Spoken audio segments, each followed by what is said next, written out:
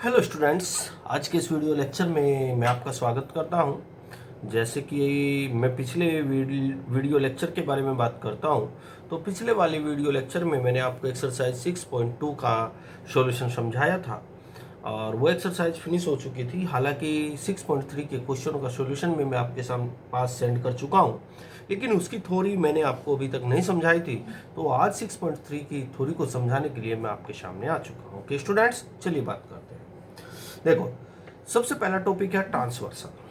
Transversal क्या होता है? इसमें मैंने लिखा है a line which intercept two or more lines at distinct point is called a transversal. इसका मीनिंग ये हुआ, अगर हमारे पास कोई दो लाइन है, अगर हमारे पास दो या दो से ज्यादा लाइन है, जैसे हमारे पास एक लाइन m है और एक लाइन n है, इन दोनों लाइनों को एक लाइन जो l है वो अलग अलग पॉइंटों पर इंटरसेक्ट कर रही है। जैसे ये L है P पॉइंट पर और यही L Q पॉइंट पर इसको इंटरसेप्ट कर रही है। तो ये जो L लाइन है, L वाली लाइन, ये वाली लाइन आपकी ट्रांसवर्सल लाइन कहलाती है। यदि किन्हीं दो लाइनों को, जैसे एक लाइन हमारे पास M है, एक लाइन हमारे पास N है, अगर किन्हीं दो लाइनों को एक तीसरी लाइन इंटरसेप्ट करके निकल जाए, तो जो तीसरे वाली लाइन इंटरसेप्ट करके निकलती है, ये वाली लाइन ट्रांसवर्सल लाइन कहलाती है। ओके स्टूडेंट्स, अब यहाँ देखेंगे आप, इस प्रकार अगर हमारे पास कोई दो लाइन थी, एक लाइन M और एक लाइन N, और तीसरे वाली लाइन इसको इंटरसेप्ट करके निकलती है, तो इस प्रकार आपके पास 8 एंगल बन जाते हैं। Angle 1, angle 2, angle 3, angle 4, angle 5, angle 6, angle 7, angle 8। अगर मैं इन 8 एंगल के बारे में बात करता हूं, यहां पर एंगल 1, एंगल 2, एंगल 7 और एंगल 8, जो एंगल बाहर साइड में बने हुए हैं, जैसे एंगल 1 है, एंगल 2 है, एंगल 7 है, एंगल 8 है, ये आपके कहलाते हैं एक्सटीरियर एंगल। बेटा, मैंने कहा यहाँ पर 8 एंगल बने हुए हैं, 1, 2, 3, 4, 5, 6, 7, 8।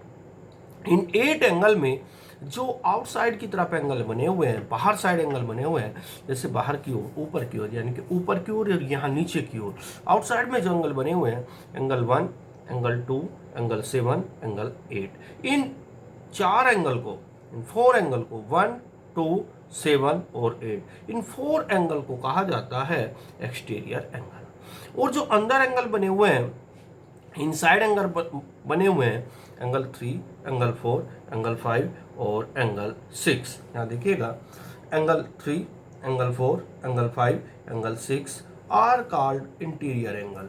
इन अंदर वाले एंगल को इंटीरियर एंगल कहा जाता है।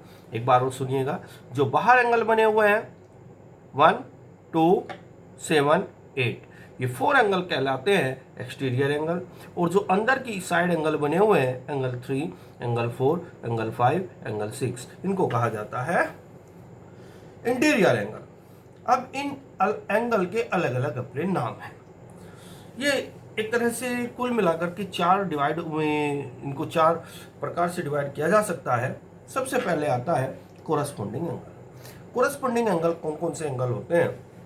ध्यान दीजिएगा, एंगल 1 का कोरस्पॉन्डिंग एंगल 5 है, एंगल 4 का कोरस्पॉन्डिंग एंगल 8 है, एंगल 2 का कोरस्पॉन्डिंग एंगल 6 है और एंगल 3 का कोरस्पॉन्डिंग एंगल 7 है। एक बार और सुनिएगा, यहाँ पर सबसे पहले मैं बात करता हूँ कोरस्पॉन्डिंग एंगल। इसमें कोरस्पॉन्डिंग एंगल क्या होते हैं?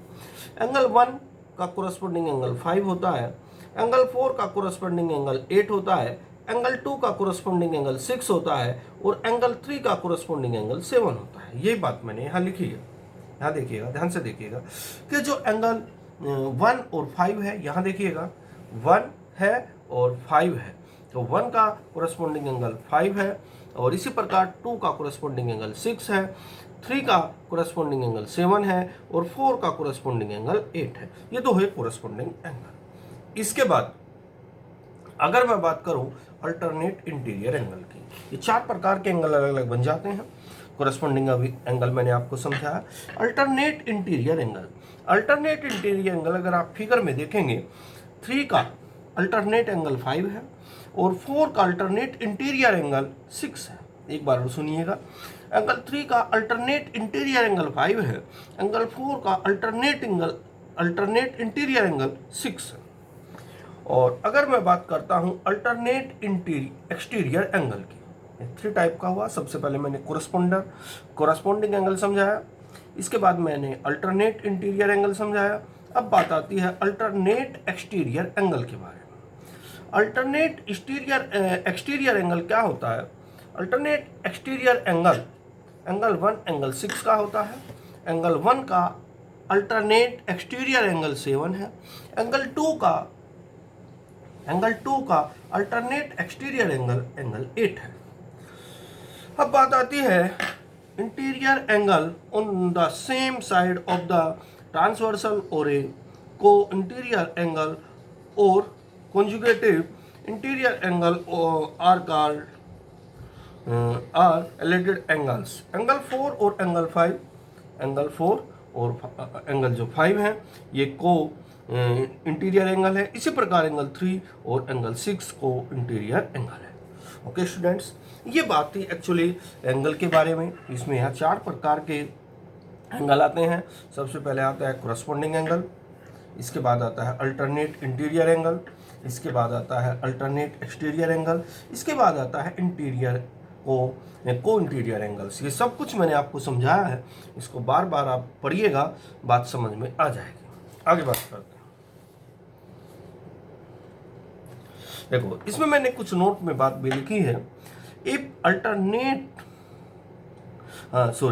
ए transversal intersect two parallel line, यानी कि यदि कोई लाइन हमारे पास पैरेलल है, जैसे कि यहाँ पर ये 2 पैरेलल लाइन हैं M और N। अगर ये दोनों की दोनों लाइन पैरेलल हैं और इनको कोई ट्रांसवर्सल लाइन एक कट करके चली जाती है, इंटरसेप्ट करके चली जाती है, जैसे कि यहाँ P पर और Q पर इंटरसेप्ट किया है, तो इस प्रकार ये ट्रांसवर्सल से जो 4 एंगल बनते हैं, 8 एंगल बनते हैं। इन 8 एंगल में एक तरह से आपके जो कोरस्पोंडिंग एंगल होते हैं वे एक दूसरे के हमेशा इक्वल होते हैं। जैसे इस फिगर में देखिएगा डियर स्टूडेंट्स, एंगल 1 का कोरस्पोंडिंग एंगल 5 है, तो एंगल 1 के इक्वल एंगल 5 हो जाएगा। एंगल 4 का कोरस्पोंडिंग एंगल 8 है, तो एंगल 4 के इक्वल एंगल 8 हो जाएगा। एंगल 2 का कोरस्पोंडिंग एंगल 6 है, तो एंगल 2 के इक्वल आपका एंगल 6 हो जाएगा। एंगल 3 का कोरस्पोंडिंग एंगल 7 है, तो 3 के इक्वल 7 हो जाएगा। एक बार उस सारे सिस्टम को मन लगा करके समझिएगा। आपको ट्रांसवर्सल के बारे में मैंने समझाया है, एक बार जल्दी से रिवाइज कराता हूँ। ट्रांसवर्सल की कहानी डियर स्टूडेंट्स कुछ इस प्रकार है कि यदि हमारे पास कोई 2 लाइन है, 2 या 2 से ज़्यादा लाइन है, जैसे मेरे पास एक लाइन M है, एक लाइन N है, यहाँ मैंने 2 लाइन ली हैं। इन दोनों लाइनों को अगर एक तीसरी लाइन इंटरसेप्ट करके चली जाए, जो तीसरे वाली लाइन इंटरसेप्ट करके जाती है, इस तीसरे वाली लाइन को हम लोग ट्रांसवर्सल बोलते हैं, ट्रांसवर्सल लाइन बोलते हैं। इस प्रकार यहाँ इस तरह की फिगर बनने से 8 एंगल बन जाते हैं। इन 8 एंगल में 4 एंगल इंटीरियर एंगल होते हैं और 4 एंगल एक्सटीरियर एंगल होते हैं। देखिए 8 एंगल किस प्रकार बने हुए हैं, angle 1, angle 2, angle 3, angle 4, angle 5, angle 6, angle 7, angle 8। जो आउटसाइड एंगल बने हुए हैं 1, 2, 7, 8, ये कहलाते हैं एक्सटीरियर एंगल। इसके बाद जो अंदर साइड में एंगल बने हुए हैं, एंगल 3, एंगल 4, एंगल 6 और एंगल 5, ये कहलाते हैं इंटीरियर एंगल। क्या कहलाते हैं? Interior angle. आगे बात करते हैं। इसके बाद आती है बात कोरस्पोंडिंग एंगल की। कोरस्पोंडिंग एंगल वो एंगल होते हैं डियर स्टूडेंट्स, जैसे 1 है, अगर मैं 1 के बारे में बात करता हूँ तो 1 का कोरस्पोंडिंग एंगल 8 है। अगर मैं एंगल 4 के बारे में एंगल 1 का कोरस्पोंडिंग एंगल 5 है। अगर एंगल 4 के बारे में बात करता हूं तो एंगल 4 का कोरस्पोंडिंग एंगल 8 है। एंगल 2 का कोरस्पोंडिंग एंगल 6 है। एंगल 3 का कोरस्पोंडिंग एंगल 7 है। ओके स्टूडेंट्स, इसके बाद आती है alternate interior angle. Alternate interior angle में एंगल 3 का अल्टरनेट इंटीरियर एंगल 5 है और एंगल 6 का अल्टरनेट इंटीरियर एंगल 4 है। इसके बाद आता है alternate exterior angle. Alternate exterior angle dear students, alternate exterior angle 1 का अल्टरनेट एक्सटीरियर एंगल 7 है एंड सिमिलरली एंगल 2 का अल्टरनेट एक्सटीरियर एंगल 8 है। इसके बाद आता है को इंटीरियर एंगल। को इंटीरियर एंगल 2, एंगल 4 का को इंटीरियर एंगल 5 है एंड 3 का इंटीरियर एंगल 6। इसके बाद कुछ विशेष बातें हैं जो आपको याद रखनी है। यदि हमारे पास ये लाइन m वाली और n वाली लाइन, जो मैंने सबसे पहले लाइन m और n खींची थी, अगर ये दोनों की दोनों लाइन एक दूसरे के पैरेलल होती हैं, अगर ये दोनों की दोनों लाइन एक दूसरे के पैरेलल होती हैं, तो हमेशा जो कोरस्पॉन्डिंग एंगल बनते हैं वे एक दूसरे के इक्वल होते हैं। जैसे कि ये लाइन m और n एक दूसरे के पैरेलल है, तो इस प्रकार जो 1 का कोरस्पॉन्डिंग एंगल 5 है, ये एक दूसरे के इक्वल हो जाएंगे, और जो एंगल 4 का कोरस्पॉन्डिंग एंगल है वो 8, ये एक दूसरे के इक्वल हो जाएंगे। एंगल 3 का कोरस्पॉन्डिंग एंगल 7 जो एक दूसरे के इक्वल हो जाएंगे।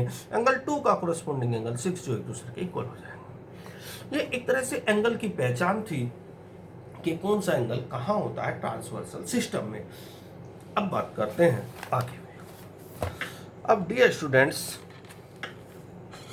एक थ्योरम के बारे में बात करते हैं। थ्योरम में लिखा हुआ है, if two parallel line are intercept by a transversal, यानी कि यदि हमारे पास दो पैरेलल लाइन है, जैसे कि मैंने एक पैरेलल ए बी और एक सी डी, दो पैरेलल लाइन ली है, then each pair of alternate angle are equal. देखो अब तक तो मैंने जो पहले आपको समझाया, सिर्फ ये बात समझाने की कोशिश थी कि हमारे पास ट्रांसवर्सल लाइन में जो वे लाइन थी, एक यहाँ वाली लाइन, एक यहाँ वाली लाइन, अगर ये दोनों लाइन एक दूसरे के पैरेलल थी तो इनके कोरस्पॉन्डिंग एंगल एक दूसरे के इक्वल होते थे। तो इनके कोरस्पॉन्डिंग एंगल एक दूसरे के इक्वल होते थे। वो तो मैंने आपको वैसे जैसे कि थ्योरी के रूप में बात लिखी हुई थी ऐसे ही बोल रही थी, जो बुकों में बात लिखी हुई है वो भी थ्योरी के रूप में लिखी हुई है। लेकिन यहाँ थ्योरम हमारी कहती है कि यदि ए बी और सी डी ये दोनों लाइन एक दूसरे के पैरेलल हो जाए तो इनके जो आपके अल्टरनेट एंगल है वे एक दूसरे के इक्वल होते हैं। अब ध्यान से देखिएगा, सबसे पहले मैंने लिखा गिवन। गिवन में हमें क्या दिया गया है वो बात हम लोग लिखते हैं। हमें दिया गया है एक लाइन ए बी और एक लाइन सी डी जो एक दूसरे के पैरेलल है, तो हमने ये बात लिखी A B parallel to C D. And एक ट्रांसवर्सल लाइन दी गई है जो कि पी है।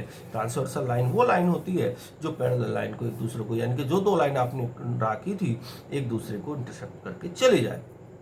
अब हमें प्रूफ क्या करना है? हमें प्रूफ करना है कि जो इनके अल्टरनेट इंटीरियर एंगल है, अल्टरनेट एंगल है, वे एक दूसरे के बराबर होते हैं। अर्थात हमें प्रूफ करना है एंगल 1 इज इक्वल एंगल 2 और एंगल 3 इज इक्वल एंगल 4। ये बात हमको प्रूफ करनी है, तो मैंने टू प्रूफ में ये बात लिखी। इसके बाद बात करते हैं इसके प्रूफ के बारे में। प्रूफ देखो डियर स्टूडेंट्स, एंगल 7 का इक्वल है एंगल 2, एंगल 7 का एंगल 7 का इक्वल है एंगल 2। सर क्यों? क्योंकि 7 का कोरस्पॉन्डिंग एंगल 2 है, तो ये बात मैंने लिखी एंगल 7 इज इक्वल एंगल 2, क्योंकि ये दोनों एक दूसरे के कोरस्पॉन्डिंग है। और इसी प्रकार एंगल 3 का कोरस्पॉन्डिंग एंगल 6 है, तो 3 इक्वल हो जाएगा 6। अब अगर मैं एंगल 7 का वर्टिकल अपोजिट एंगल देखता हूं तो एंगल 7 का वर्टिकल अपोजिट एंगल 1 है, तो एंगल 7 इक्वल एंगल 1।